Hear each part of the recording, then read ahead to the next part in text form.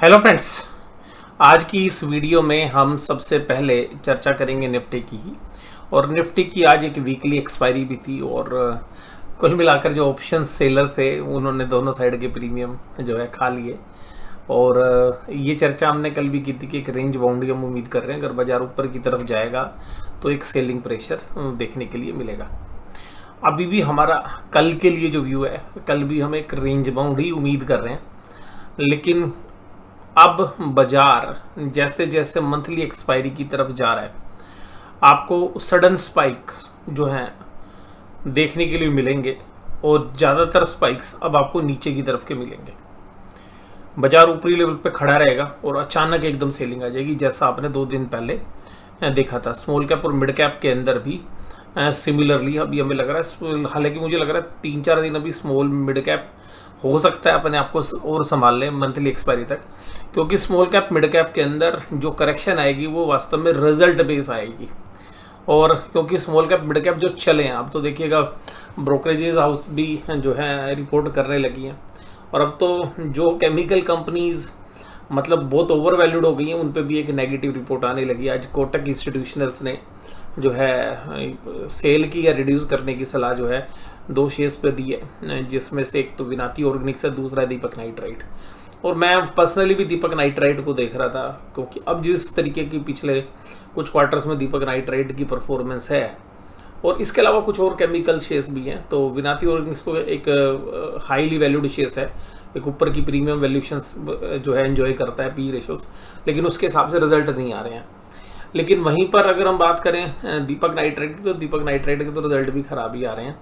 मतलब जो P ratios हैं या जहाँ पर वो अभी वैल्यू हो रहा है, तो मुझे भी लगता है कि शायद दीपक नाइट्राइट थोड़ा सा ज़्यादा, मतलब अगर बाजार में जब करेक्शन आएगी तो ज़्यादा पैनिक ले सकता है।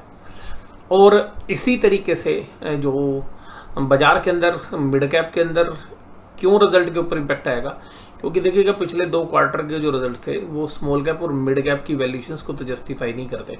लेकिन भाई साहब, रिटेलर्स का पैसा आ रहा है, रिटेलर्स एंजॉय कर रहे हैं, तो एंजॉय करने दीजिए। और रिटेलर्स अच्छा पैसा बना रहे हैं, अब वो पैसा बना के अपने घर लेके जाएंगे या नहीं लेके जाएंगे, ये सबसे बड़ा सवाल है। उसका जवाब आपको अगले 15 दिनों के अंदर तो मैं नहीं कहूँगा, बट जैसे एक बार रिजल्ट सीजन के आसपास, शुरू होने के आसपास आपको एक हलचल जो है बाजार में देखने के लिए मिलेगी। और मुझे लग रहा है सितंबर का जो लास्ट वीक होगा वहाँ से एक हलचल देखने के लिए मिलेगी, और मुझे लग रहा है कि कल से भी एक हलचल शुरू हो सकती है। और कल दोपहर के बाद फिर एक वोलेटिलिटी जो आपने 2 दिन पहले देखी थी उसके आने की भी संभावना बन सकती है। हालांकि अभी स्मॉल कैप मिड कैप में तेजी बनी हुई है, लेकिन परसों जिस तरीके का फॉल हुआ, जिस तरीके से बाजार अचानक जो है स्पेशली स्मॉल कैप इंडेक्स 4% गिर गया, उसके बाद देखिएगा स्मॉल कैप और मिड कैप के शेयर्स चल रहे हैं। इंडेक्स आज भी 1% से ऊपर ट्रेड कर रहा था स्मॉल कैप इंडेक्स, लेकिन वो जो कॉन्फिडेंस था, जिस कॉन्फिडेंस से वो शेयर्स दौड़ लगा रहे थे, वो कॉन्फिडेंस कहीं ना कहीं थोड़ा सा जो है लूज पड़ता हुआ नजर आ रहा है, स्पेशली स्मॉल कैप और मिड कैप में। हालांकि जो लार्ज कैप है उस दिन भी इम्पैक्ट नहीं हुए, और वो वहाँ पर अपने देखिएगा जिस रेंज बाउंड ट्रेड में काम कर रहे हैं उसी तरीके से काम करते रहेंगे। और अगर यहाँ पर आप चार्ट पैटर्न की देखेंगे तो निफ्टी का चार्ट देखिएगा बैंक निफ्टी से पहले से ही स्ट्रॉन्ग है। बैंक निफ्टी हालांकि लेगार्ड है, लेकिन लोग ये मान रहे हैं कि भाई बैंक निफ्टी भी आउट परफॉर्म करेगा, और मुझे लग रहा है कि बैंक निफ्टी आउट परफॉर्म इसलिए नहीं करेगा क्योंकि बैंक निफ्टी के अंदर अभी मैं आपके साथ चर्चा करूंगा कुछ जहां पर मुझे लगता है कि थोड़े से अभी इश्यूज हैं। अब अगर हम निफ्टी की बात करें तो जो टॉप के ऊपर आज जो कैंडल बनी है, हालांकि ये जो कैंडल है ये अनडिसाइसिव है, रेड या ग्रीन से कोई फर्क नहीं पड़ता। बाजार ऊपर भी गया, नीचे भी गया, यानी कि बुल्स ने भी पूरी जान लगाई, बियर्स ने भी पूरी जान लगाई। मुझे लग रहा है कि 2-3 दिन ऐसे जान लगती रहेगी ऊपर नीचे दोनों साइड में, और बाजार में भी डिस्ट्रीब्यूशन चलेगा। और इसका जो नेट रिजल्ट आएगा, कौन खींच के लेके जाता है बाजार को, वो आएगा लास्ट वीक में। और मुझे लग रहा है कि इस बार जो आएगा ना फॉल, वो शार्प होएगा, फॉल की संभावना में। लेकिन तब तक वो पहले डिस्ट्रीब्यूशन करेंगे अपना माल जो है, भाई जिसको लेना है सब ले लो ऊपर के भाव पे, फिर बाद में बताना। तो बाजार अभी जो है जिस तरीके से रिटेलर्स का पार्टिसिपेशन आ रहा है, एफआईआईज के डेटा या डीआईज के डेटा तो इतने स्ट्रॉन्ग नहीं है, लेकिन एफआईआईज के सामने जो है सारा माल जो है रिटेलर्स उठाते हुए नजर आ रहे हैं। और आज महिंद्रा एंड महिंद्रा, इन्फोसिस और नेस्ले जैसे शेयर्स में तेजी थी, वहीं आईटीसी, एशियन पेंट्स और आईसीआईसीआई बैंक में कमजोरी थी। एनएससी के एडवांस डिक्लाइन की बात करें तो 1502 शेयर्स, तो ये मजबूती का संकेत दे रहा है कि भाई इतने बड़े एडवांस है। लेकिन मुझे याद है 2008 के अंदर अगर हम देखें तो अक्टूबर नवंबर से ही जनवरी के अंदर जो शेयर्स के भाव थे पहले 2 हफ्तों में, वो ये थे कि कोई भी शेयर 10-12-15% सुबह उठते के साथ चलना शुरू कर देता था। और कोई भी शेयर था, मतलब सब शेयर्स में 8-10%, 12% की तेजी जो है हमें देखने के लिए मिली। और हमने 1 महीने के अंदर ही शेयर्स डबल होते हुए देखे। उसके बाद जो फॉल आया था तो वो बहुत ही सीवियर था, और हमें ऐसा लग रहा है कि इतनी ऊपर की वैल्यूएशंस पे बाजार को जब तक देखिएगा, मुझे पर्सनली ऐसा लगा बियर ये देख रहा है कि भाई जब तक ये सस्टेन कर सकते हैं करने दो। और मुझे लग रहा है कि बियर ने जो 2 दिन पहले जो वोलेटिलिटी हुई थी या कोई जो न्यूज़ प्ले हुई थी, वो केवल इसी बात का संकेत दे रही थी कि उन्होंने एक वाटर टेस्टिंग करी थी कि भाई पानी डाल के देखा कि गहराई कितनी है। तो उन्होंने देखा कि भाई माल तो बिक रहा है अच्छे से, लेकिन देखा कि भाई वो न्यूज़ चली गई तो उन्होंने कहा कि यार अभी बेचने का कोई फ़ायदा नहीं, नीचे थोड़ा सा दम नज़र आ रहा है। भाई लोग माल ले रहे हैं, 8-10% भी बहुत सारे शेयर्स टूटते हुए नजर आए स्मॉल कैप मिड कैप के, तो मेजरली शेयर्स में डेंट था। लेकिन वहाँ पर भी बायर थे, तो ऑपरेटर क्या कहेगा, भाई अभी रुक जाओ, थोड़ा सा और खरीद लेने दो, जब तक पूरे पैसे खत्म नहीं होंगे तब तक हम माल क्यों बेचे, जब हमारा माल ऊपर की तरफ बिक सकता है तो बेचना चाहिए। तो वही हो रहा है अभी स्मॉल कैप और मिड कैप में। और निफ्टी थोड़ा सा अलग तरीके से ट्रेड हो रहा है, क्योंकि निफ्टी ज़्यादातर ऑप्शंस के हिसाब से ट्रेड हो रहा है कि भाई ऑप्शंस में बड़े लोगों कहाँ सौदे बने हुए हैं। आज वो शेयर्स चले जिनके रिजल्ट खराब थे, जिन पर सब कुछ नेगेटिविटी चल रही थी, उसमें था यूपीएल सबसे प्रमुख, हिंडाल्को, ओएनजीसी और महिंद्रा जैसे शेयर्स भी तेजी में थे। इसके अलावा आइशर मोटर्स और डीवीज लैब भी तेजी में थे। एज ए डिस्क्लोजर, डीवीज में मेरी मंदी की पोजीशन अभी भी कंटिन्यू है। टाटा स्टील, टेक महिंद्रा जो है, ये भी सब जो है तेजी में थे। इसके बाद अगर हम बात करें एशियन पेंट्स, आईटीसी, कोल इंडिया, ब्रिटेनिया, एचडीएफसी लाइफ और एलटीआई माइंडेटरी, ये सब भी कमजोरी के साथ काम कर रहे थे। निफ्टी बैंक 46,000 के ऊपर ट्रेड करता हुआ नजर आया। अब ये 46 बिल्कुल फ्लैट है। आज देखिए इसकी कैंडल देखें क्या बढ़िया बनी, ऊपर गया नीचे आया, सुबह ऊपर गया, ऊपर खुला, ऐसा लगा भाई आज तो ब्रेकआउट करने के लिए, लेकिन ऊपर सेलर्स थे, उन्होंने नीचे धकेल दिया। बाजार नीचे गए तो नीचे जबरदस्त बायर भी थे, क्योंकि सबसे खास बात यह है बाजार अचानक नहीं टूटेगा। ऐसा कि मैं बताता हूँ क्यों। जो लोग यहाँ मंदी करके फंसे हुए हैं उनकी मंदी की पोजीशन से 1-2 दिन कटवाई जाएंगी, तो जब वो पोजीशन कट जाएंगी वो थक जाएंगे, यार ये मंदी तो होनी नहीं है, बाजार में तेजी है। जैसे वो पोजीशन कटेंगी तो उसमें भी लगेगा 2-4 दिन का समय, तो वोलेटाइल हो सकता है बाजार अभी भी, और उसका पूरा असर आपको लास्ट वीक में देखने के लिए मिलेगा। तो बाजार देखिएगा, टेक्निकली तो आपको स्ट्रॉन्ग लग सकते हैं, लेकिन फंडामेंटली बहुत बड़े रिस्क के ऊपर, specially small cap mid cap index के अंदर हैं। लेकिन ध्यान रखिएगा, मुझे अभी भी पेपर स्टॉक्स के अंदर जो ब्रेकआउट हुआ, पेपर स्टॉक्स के जो फाइनेंशियल्स हैं वो अभी भी मुझे दमदार लग रहे हैं। तो आज मैं पेपर स्टॉक्स में से एक कंपनी की चर्चा, हालांकि मैं पहले भी कर चुका हूं, तो उसके कुछ फंडामेंटल्स के साथ आपको एक वीडियो में हम उसकी चर्चा करेंगे। अब अगर हम बात करें यहाँ पे कि भाई आज क्या जो है हमें देखने के लिए मिला, तो एक्सिस बैंक 1020 पे चला गया। अब मैं आपसे बोल रहा था कि भाई बैंकिंग के बारे में देखिएगा, एचडीएफसी बैंक ने एक अच्छा रनअप दिया, और हमने पिछले महीने जब मंदी हुई थी एक्सपायरी पे शेयर्स लिए थे, हालांकि हमने वो बेच दिए, प्रॉफिट हुआ अच्छा, क्वांटिटी थोड़ी सी ज़्यादा थी तो इसलिए हमें वो ठीक प्रॉफिट हो गया, हालांकि परसेंटेज वाइज बहुत ज़्यादा प्रॉफिट नहीं हुआ। और यहाँ पर हमने कोटक महिंद्रा बैंक में दोनों में पोजीशंस ली थी, तो कोटक महिंद्रा बैंक भी एक अच्छा रनअप दे चुका है। देखिएगा एचडीएफसी बैंक में इशू क्या आना है, जो इशू आएगा वो मर्जिंग का आएगा, यानी कि जो एचडीएफसी लिमिटेड के साथ। और सबसे खास बात क्या है कि इस क्वार्टर में एक चीज़ आएगी जो बहुत ही गजब होने वाली है, वो है गुडविल जो इन्होंने रिकॉग्नाइज की है एचडीएफसी लिमिटेड के मर्जर पर, वो गुडविल राइट ऑफ होगी। तो इस क्वार्टर का पूरा प्रॉफिट साफ हो जाएगा और वो प्रॉफिट लॉस में बदल जाएगा। तो मुझे अभी एचडीएफसी बैंक पे इस क्वार्टर के रिजल्ट जब तक नहीं आ जाते हैं तब तक मुझे लगता है कि इस पे एक ओवरहैंग है, और इसमें कभी भी जो है सेलिंग हो सकती है, और जो पिछले महीने के लो थे वहाँ पर दोबारा आ सकता है, और वहाँ पर आएगा तो फिर दोबारा से हम बाय करने का प्लान कर सकते हैं। तो यहाँ पर जो चर्चा है। और देखिएगा पीएसयू बैंकों में अगर हम बात करें तो बहुत सारे जो व्यूअर्स हैं वो कह रहे हैं जी पीएसयू बैंकों में तो आग लग जाएगी, आग लगा देंगे, आग लगा देंगे। मैं ऐसा मानता हूँ कि ये पीएसयू बैंक ना आपकी वेल्थ को आग लगा देंगे, क्योंकि बहुत सारे जो एनालिसिस्ट आ रहे हैं कि जी ये तो मल्टी ईयर्स में ऐसे हो गए हैं पीएसयू बैंक।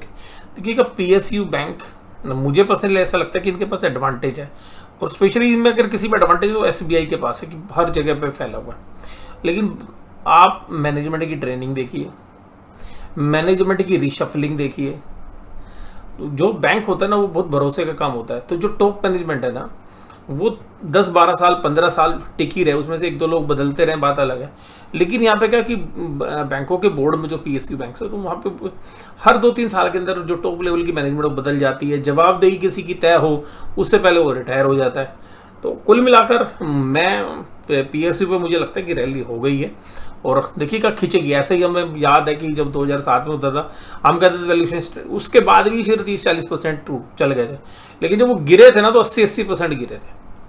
हालांकि वैसा फॉल नहीं हम एंटिसिपेट कर रहे, बट क्योंकि वैसी वैल्यूएशंस भी नहीं है, हमारे वैल्यूएशंस और भी ज़्यादा मतलब ऊपर की तरफ थी। AU small finance bank, Punjab national bank, federal bank, bank of Baroda, बंधन बैंक, ये सब तेजी में थे। कमजोरी तो कहीं थी नहीं। ICI bank, Kotak Mahindra, HDFC bank flat थे। आज एफआईज ने माल खरीदा, और मुझे ऐसा लग रहा है भाई एफआईज ने माल इसलिए खरीदा कि 17,000 करोड़ की कॉल बेची है इन्होंने, तो तभी तो बिकेंगी ना अच्छे भाव में। मतलब इसमें से एक अच्छा खासा जो पोर्शन है वो कॉल का है। तो ये भी बाजार को गिराने के मूड में नहीं है, ये भी बस ये कि बाजार को रोक के रखो, टाइम वैल्यू ऑफ मनी हमें मिलती रहे।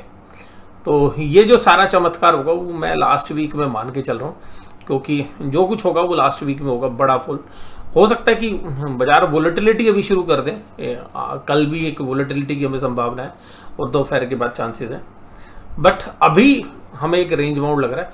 हो सकता है कि स्मॉल कैप मिड कैप के कुछ शेयर्स और अच्छा चलते हुए नजर आए, और जिसमें से हमें लग रहा है कि पेपर स्टॉक्स बाजार के इतना चलने के बाद भी लाइफ टाइम हाई पे ट्रेड होने के बावजूद भी मुझे लगता है कि, हालांकि मैं 4 को ट्रैक कर रहा हूँ, बट मुझे 5 कंपनियां टोटलिटी में ऐसी लग रही हैं कि जहां पर मुझे लगता है कि वैल्यू है वहां पे।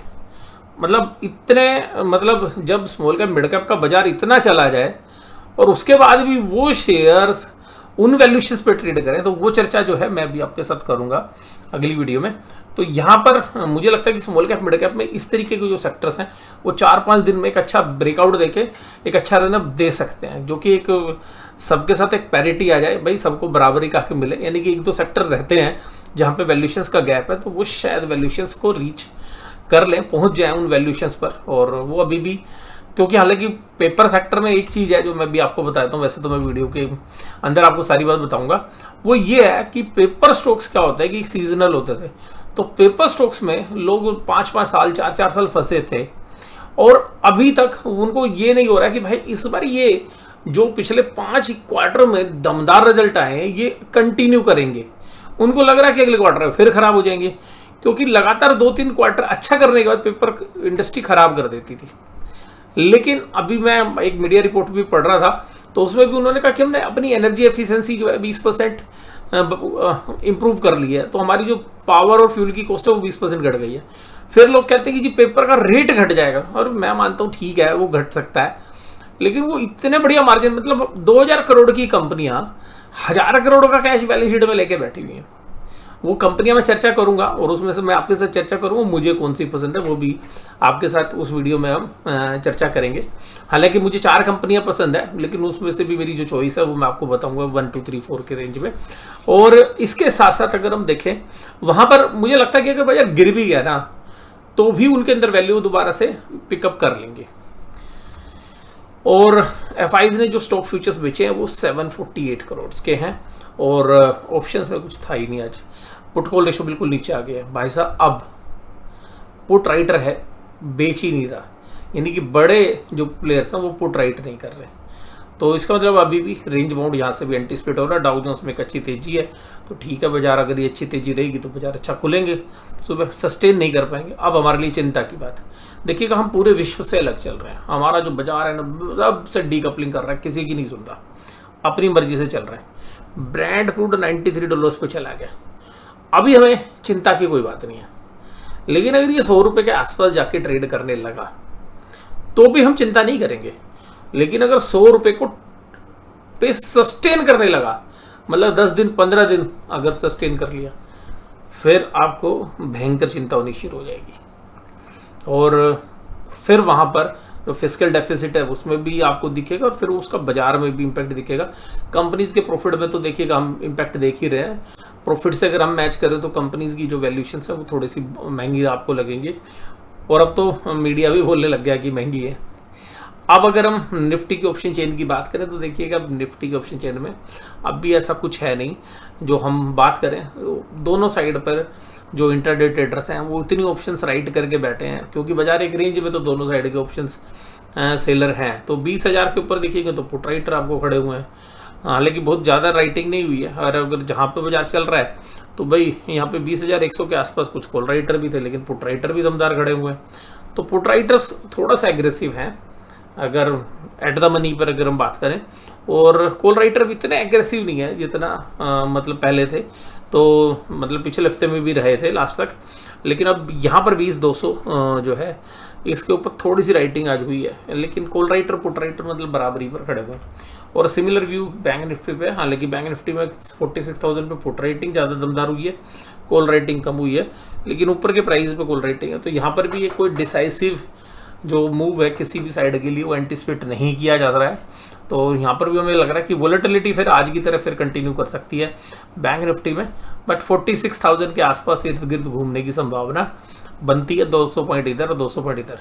कोई भी कमजोरी अगर बैंक निफ्टी में आएगी तो मैं कहता हूँ कि 45,500 तक तो आएगी नहीं, 45,500 तोड़ के उसके बाद नीचे जाएगी तभी आप मानना, नहीं तो जब तक 45,500 के नीचे भाई रेंज में काम करता रहेगा।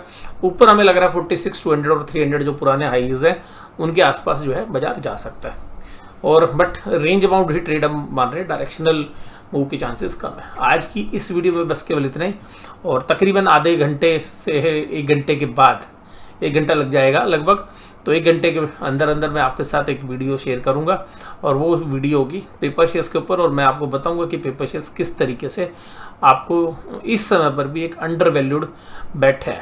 तो आज की चर्चा में बस केवल इतना ही। वीडियो देखने के लिए धन्यवाद। Thank you very much.